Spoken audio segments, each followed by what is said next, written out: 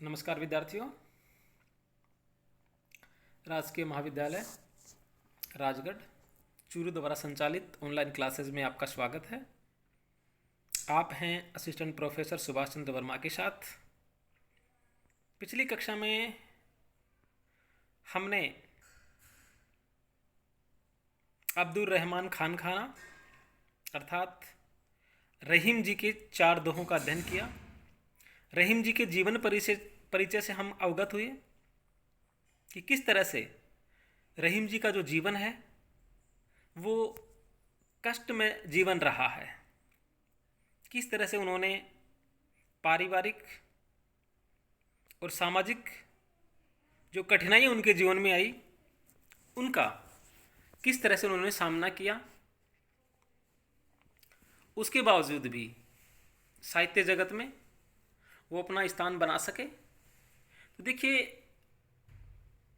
दोहा संख्या 5 में कवि क्या कह रहे हैं? कवि कह रहे हैं कि आदर सम्मान खोकर किसी राजा के आश्रय में रहना अच्छी बात नहीं है। आज के दौर में हम देखते हैं कि कुछ लोग चाटुकारिता का जीवन यापन करते हैं। उन्हें न अपनी इज्जत प्यारी है और न उन्हें किसी कार्य को करने में लज्जा महसूस होती है। वे बस दूसरों के इशारों पे काम करते हैं। अपने मान सम्मान, अपनी इज्जत मर्यादा का उन्हें तनिक भी ध्यान नहीं रहता है। रहीम जी ऐसे जीवन के खिलाफ हैं। वे कहते हैं कि आदर घटे नरेश डिंग, बसे रहू कछु नाही, जो रहीम कोटिन मिले दिग जीवन जग माही।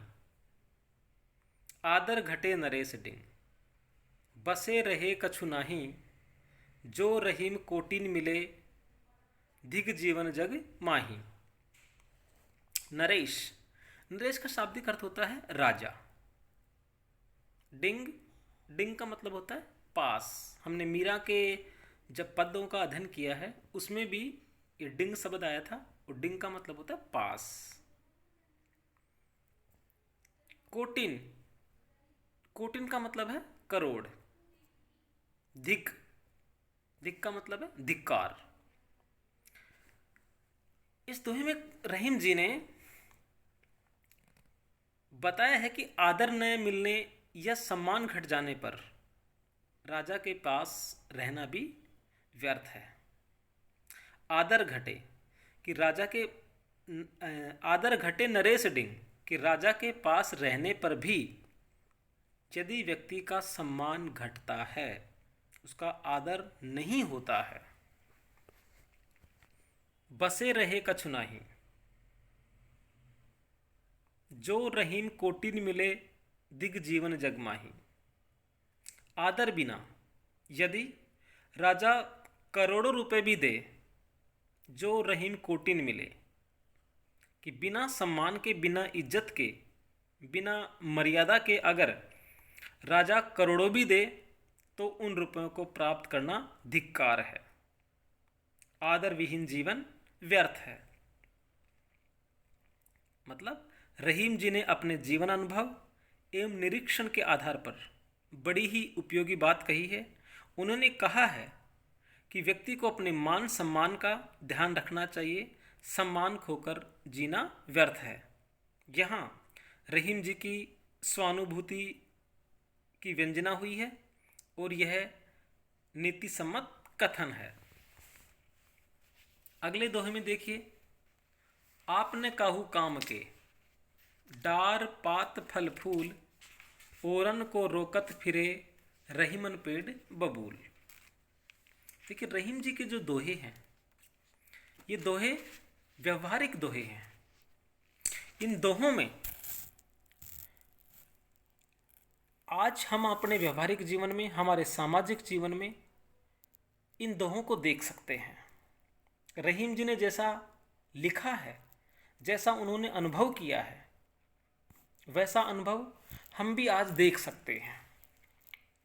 कि आपने काहू काम के डार पात फल फूल, ओरन को रोकत फिरे रहीमन पेड़ बबूल। रहीम जी कह रहे हैं कि दूसरों के काम में सदा बाधा पहुंचाने वाले लोगों से हमें सावधान रहना चाहिए। और ये बात व्यवहारिक भी है। कुछ लोग ऐसे होते हैं जो हमेशा दूसरे लोगों के अच्छे कार्य में, या मान लीजिए आप उन्नति कर रहे हैं तो कुछ दकियानूसी लोग होते हैं, कुछ ईर्ष्यालु लोग होते हैं जिनका ये स्वभाव होता है कि वे आपके प्रगति में, आपकी राह में वो कांटा बनेंगे, आपकी राह में वो रोड़ा बनेंगे। कैसे? रहीम जी कहते हैं कि कुछ व्यक्तियों का दूसरों का उपकार करना तो वो जानते ही नहीं हैं, बल्कि उनके मार्ग में बाधा ही खड़ी किया करते हैं। यह बात कवि ने बबूल के वृक्ष के माध्यम से स्पष्ट की है कि जो बबूल का पेड़ होता है, आप जानते हैं उसमें बहुत कांटे होते हैं। इन बबूल की जो डालियां हैं, बबूल के पत्ते, उसके फल फूल तो किसी काम के होते ही नहीं हैं। वह अपने कांटों के द्वारा दूसरे के मार्ग को और बाधित किया करता है। तो रहीम जी यहाँ कह रहे हैं कि व्यक्ति को परोपकारी होना चाहिए, लेकिन अगर व्यक्ति परोपकारी नहीं हो पाता है तो कम से कम उसके मार्ग में बाधक तो नहीं बनना चाहिए। यहाँ बबूल दुष्ट व्यक्तियों का प्रतीक है। कवि ने इस दोहे में अन्योक्ति के माध्यम से अपनी बात कही है, अर्थात अन्योक्ति अलंकार इस दोहे में है। अब देखिए दोहा संख्या 7 हम देखते हैं। आवत काज रहीम कही, गाड़े बंधु स्नेह है, जीरन होत न पेड़ ज्यों, धामे बरे बरे है। यानी रहीम जी ने सच्चे मित्र, सच्चे बंधु बांधव का जो लक्षण बताया है कि वे विपत्ति में सदा सहायक होते हैं। देखिए, अगर आपके पास धन दौलत है, आपका समय अच्छा है, आपके परिस्थितियां आपके अनुकूल हैं, तो हर व्यक्ति आपका मित्र रहेगा, आपसे अच्छे से बातें करेंगे, आपके साथ मित्रवत व्यवहार करेंगे, आपकी इज्जत करेंगे, आपका मान सम्मान करेंगे। लेकिन जैसे ही आप विपत्तियों में घिरेंगे, आपका समय आपके अनुकूल नहीं रहेगा, तो ऐसे बहुत कम लोग होते हैं जो आपका विपत्ति के समय साथ देंगे। रहीम जी ने ऐसे ही लोगों के लक्षण बताए हैं जो आपकी विपत्ति में सदा सहायक होते हैं, आपका साथ देते हैं। आवत काज रहीम कही, गाड़े बंधु स्नेह है। रहीम जी कहते हैं गाड़े समय पर, गाड़े का साथी मतलब विपत्ति में जो काम आता है, गाड़े का मतलब यह विपत्ति से है। गाड़े समय पर, विपदा के समय में स्नेही बंधु ही हमारे काम आते हैं। कैसे आते हैं? जीरन होत न पेड़ ज्यों, थामे बरे बरे है। बरे का मतलब क्या होता है? आपने देखिए, थामे बरे बरे है, थामे का मतलब क्या होता है? रोकना या सहारा देना, पकड़ना। बरे है, बरे का मतलब देखिए बरगद का जो पेड़ होता है, उस बरगद के पेड़ की जो नीचे लटकने वाली डालियां होती हैं, जो जटाएं होती हैं, उन्हें बरेह कहा गया है। कि विपत्ति के समय हमारे बंधु बांधव, हमारे सच्चे मित्र हमारे उसी प्रकार काम आते हैं जैसे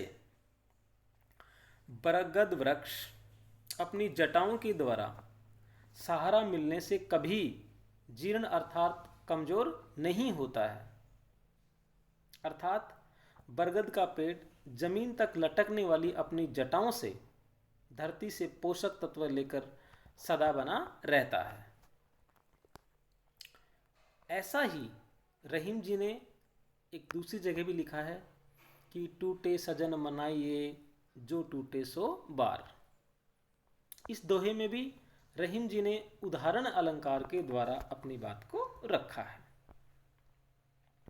आज की इस कक्षा में रहीम जी की जो दोहा संख्या 8 है, ये अंतिम दोहा रहेगा आज की इस कक्षा में। तो देखिए क्या है। उरग तुरंग नारी नृपपति, नृपति नीच जाति हथियार, रहीमन इन्हें संभारिए पलटत लगे न बार। उरग, उरग का मतलब होता है सर्प। तुरंग, तुरंग का मतलब होता है घोड़ा। नृपति राजा। तो देखिए इसमें रहीम जी ने अस्थिर या स्वार्थी स्वभाव वाले लोगों से हमें सावधान रहने के लिए कहा है। रहीम जी कह रहे हैं कि हमें ऐसे लोगों से सावधान रहना चाहिए या ऐसे लोगों से हमें संभल के रहना चाहिए। कैसे लोगों से? उरग तुरंग नारी नृपति नीच जाति हथियार, रहीमन इन्हें संभारिए पलटत लगे न बार। जो सर्प होता है, सर्प, घोड़ा, नारी, राजा, नीच जाति और हथियार, इनके प्रति सावधान रहना चाहिए, क्योंकि ये कभी भी अपनी स्थिति से बदल सकते हैं। इनका व्यवहार कभी भी बदल सकता है। इन्हें बात से पलटने में, अपनी एक स्थिति से दूसरी स्थिति प्राप्त करने में देर नहीं लगती है। रहीम जी ने अपने जीवन के अनुभवों को दूसरों को अवगत कराने का प्रयत्न किया है। उन्होंने राजा आदि के बात से पलटने के बारे में अवगत कराया है, और ये भी एक नीतिपरक कथन है जिसमें कवि ने अनुप्रास और स्वभावोक्ति अलंकार के माध्यम से कवि ने अपनी बात रखी है। अगर आपको हमारा ये वीडियो पसंद आया है तो वीडियो को लाइक करना न भूलिए। अगली कक्षा में हम फिर मिलेंगे रहीम जी के कुछ दोहों के साथ। तब तक के लिए नमस्कार, धन्यवाद।